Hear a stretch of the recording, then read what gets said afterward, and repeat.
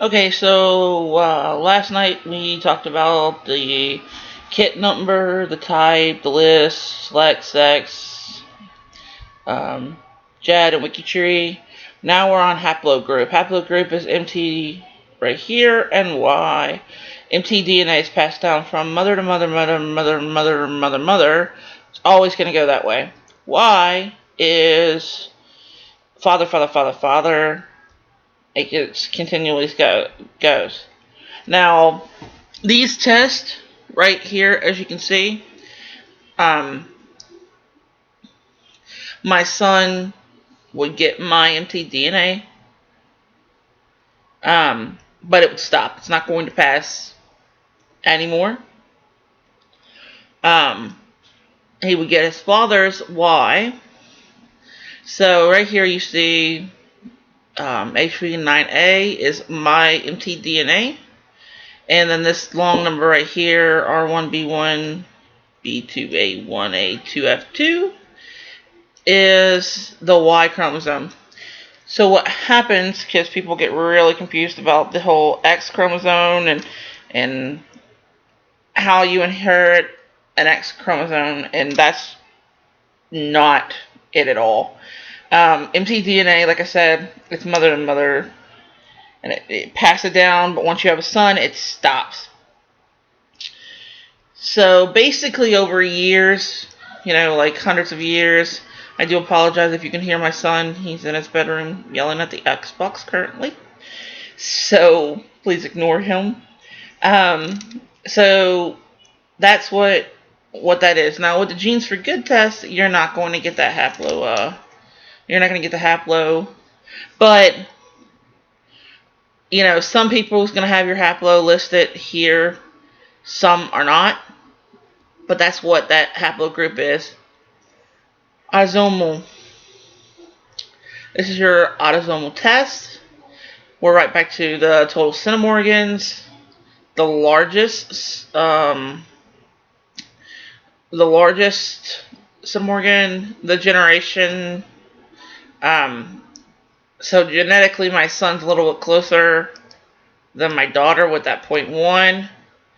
So, and then you have 1.7. That's my aunt. 2 generation gap is my great aunt, and then you start working your way out. A second cousin, a second cousin, second cousin. This is a second cousin once removed. So I know how a lot of these people, but as you start moving farther and farther out, you're gonna start seeing you can't exactly figure out everybody and how they relate it, but that's the whole point. So on here, you have all of that. You have your xDNA, which I'm not even going to touch that because if you are a novice, it doesn't really matter. You getting started with the xDNA, so you won't want to do that anyways. And then you have the name, and then the email so that you can automatically email them. So that's basically how this goes. So, it tells you where the original test came from, and that's what you're going to start doing is figuring out, well, how are these people related? You may or may not know how some of the close related, like there's some people who are doing the DNA for adoption and stuff like that, and if you're adopted, it would be great to get a really close match like these. Pretty much anything 3 and down is a pretty good match. 4, you can even figure out your cousins with 4. But then as you work it out, genetically, you get farther and farther in distance. Now the one problem that you're going to have is genetically, you may fall, like I think I told you in a different video, that I know that she is my second cousin, but she, even though this Jill right here and this Lisa right here, we all 3 match, we're second cousins, But if you look, she matches me at 305 centimorgans, where Lisa only matches me at 161 centimorgans. Now, I don't have Lisa's dad's test on here. I'm going to work at getting that done. I can show you it, show you how that works. But, like, actually looking at the test,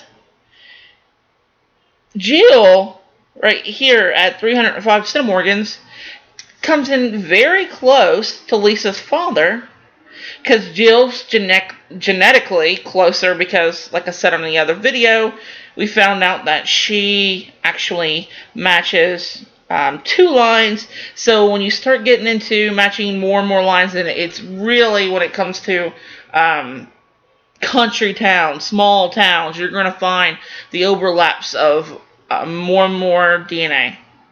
And then it's going to get more and more complicated as you get farther out.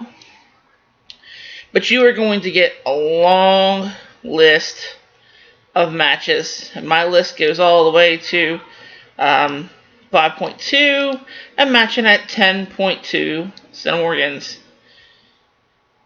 Then you have over here, like I said, I'm not going to really talk a whole lot about the whole xDNA, but there are charts, and I can go over the whole charts and all that if need be.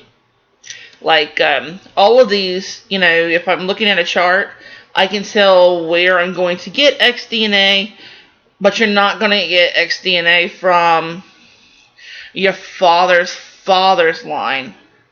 So, right here, it's not going to go up your father's line.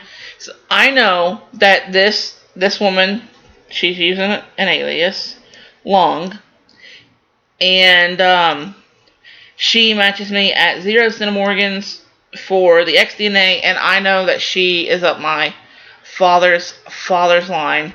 And this person right here is as well. But because this is predicted a 4th cousin, and Lung is predicted a 3.6 cousin, which, like I said, she's a 2nd cousin once removed, I believe it is. And, yeah, 3.6 right there.